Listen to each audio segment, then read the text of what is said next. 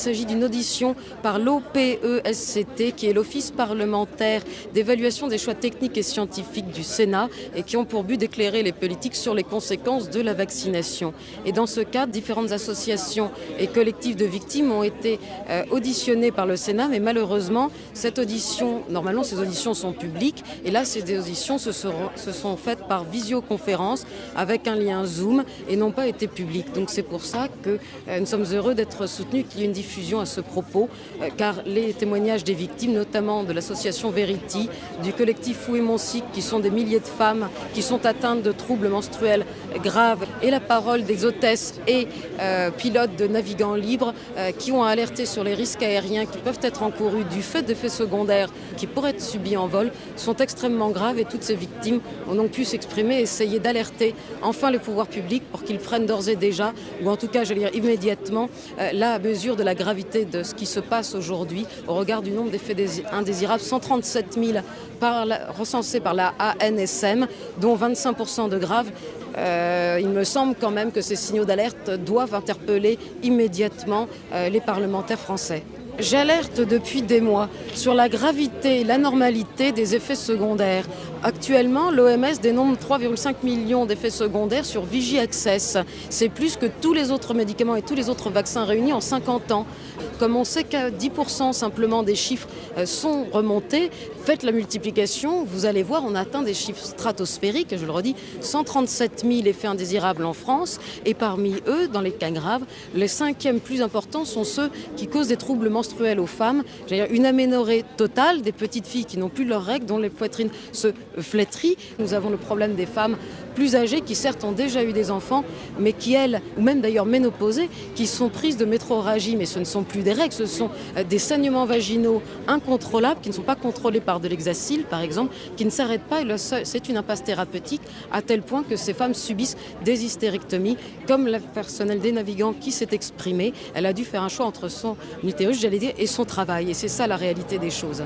Alors mon collectif donc s'appelle Où est mon cycle ? Il regroupe 10 300 femmes pour l'instant, plus de 1000 témoignages et 100 témoignages officiels, donc qui sont faits sur des formulaires CERFA où les femmes témoignent en engageant leur identité. J'ai par exemple des exemples de femmes qui ont leurs règles en continu depuis 290 jours. Ça, c'est quand même un petit peu pénible, ou qui, à contrario, ne les ont plus du tout. J'ai aussi des femmes qui ont développé des endométrioses sévères, ou qui avaient de l'endométriose qui est devenue une endométriose extrêmement aiguë et très douloureuse, ou de l'adénomiose qui est de l'endométriose interne à l'utérus. Et souvent, malheureusement, la suite de l'adénomiose, c'est une hystérectomie. Il y a eu énormément de cas d'hystérectomie ces derniers temps, de personnes qui ont dû subir des hystérectomies. C'est l'ablation, c'est la chirurgie qui permet l'ablation de l'utérus. À savoir qu'il y en avait beaucoup qui devaient rentrer parfois en processus de FIV, donc de fécondation in vitro. Donc on a vraiment un bilan hormonal, on a des bilans médicaux très précis. Quand ces femmes justement vont consulter un gynécologue ou un médecin pour leur parler de ces effets, comment est-ce qu'elles sont reçues et est-ce que globalement elles sont prises en charge, et notamment au niveau des analyses qui peuvent être faites derrière? Alors pour la prise en charge, la plupart du temps on leur dit qu'elles sont seules, que ce sont des cas isolés. Après ça ne remet pas du tout tous les médecins en question, qu'on soit bien clair, mais je pense que dans 80% des cas on leur dit que non, c'est comme ça, c'est le stress, elles sont malades tout simplement. On ne veut pas parler du vaccin. Donc la prise en charge dans ces cas-là, elle est quand même pas terrible. Et à savoir que pour certains gynécologues de ville qui eux étaient très préoccupés et ont eu des patients qui avaient une adénomiose, ils n'ont pas pu faire analyser l'utérus après pour avoir vraiment une connaissance précise de l'état tissulaire en fait de l'utérus une fois enlevé quoi. Et comment vous expliquez justement le fait que certains médecins ne mettent peut-être pas tout en œuvre pour rechercher des liens de cause à effet éventuels? Est-ce qu'il y a une forme d'omerta? Comment ça s'explique selon vous? Il y a une forme d'omerta qui me paraît assez claire à partir du moment où on laisse des femmes dans l'errance médicale la plus totale pendant 8 mois alors qu'elles ont des effets secondaires qui sont graves, ne pas vouloir les reconnaître et les dénigrer en les laissant penser pour certaines qu'elles sont folles. Je pense que ça ne peut pas être lié à autre chose, c'est-à-dire qu'on ne veut pas en entendre parler, on n'a pas envie de les prendre en compte, sinon on ne laisserait pas les gens souffrir comme ça. Il y a une espèce de tabou qui s'est levé autour de ça, les femmes ont extrêmement peur d'en parler. J'intervenais là tout de suite au Sénat avec une femme de mon collectif qui s'appelle Véronique, qui elle a subi une hystérectomie et sa famille s'est détournée d'elle, vraiment, en disant qu'elle était folle. On vient de lui enlever son utérus quand même. Il y a un vrai problème quoi. un vrai, je pense qu'il faut pouvoir parler des effets secondaires de façon libre. Après, quand on interroge certains médecins, ils disent qu'ils sont dans un inédit.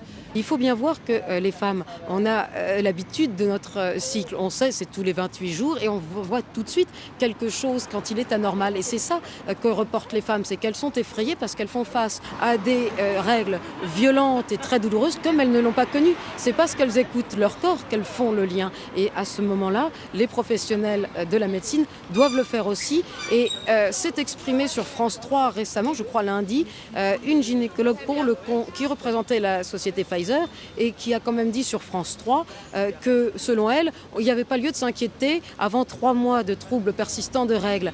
Monsieur Olivier Véran, lui, avait dit quand même aux femmes que si elles sautaient un cycle, c'était pas grave, ça reviendrait le mois prochain. Force est de constater qu'aujourd'hui, c'est pas le cas. Au bout de 6 mois, ça n'est pas revenu pour les femmes. Donc il est quand même incroyable d'entendre un gynécologue de Pfizer sur des chaînes de grande écoute dire qu'elle ne s'inquiète pas des absences ou des troubles de règles quand ça dure 3 mois. La détresse psychologique des femmes, elle est énorme là. C'est d'une importance vitale de s'en préoccuper maintenant et également de parler en fait des effets secondaires sur le cycle menstruel parce qu'il y a énormément de jeunes filles qui ne sont pas au courant, elles, de ça et qui pensent que c'est normal d'avoir des règles extrêmement perturbées, hyper douloureuses. Alors oui, les règles ça fait mal, surtout au début, puis après on apprend un peu plus à les gérer, mais là elles ont des saignements hémorragiques et je vous laisse imaginer une jeune fille de 14 ans qui est en classe au collège a des saignements hémorragiques qui remplissent complètement son jean, comment ça se passe sa journée pour elle et les suivantes après à l'école. Enfin, au collège, en tout cas. J'ai quand même été très étonnée que les rapporteurs me demandent si on avait alerté l'EMA ou l'OMS. Ils sont avertis eux-mêmes puisque c'est eux qui produisent les chiffres.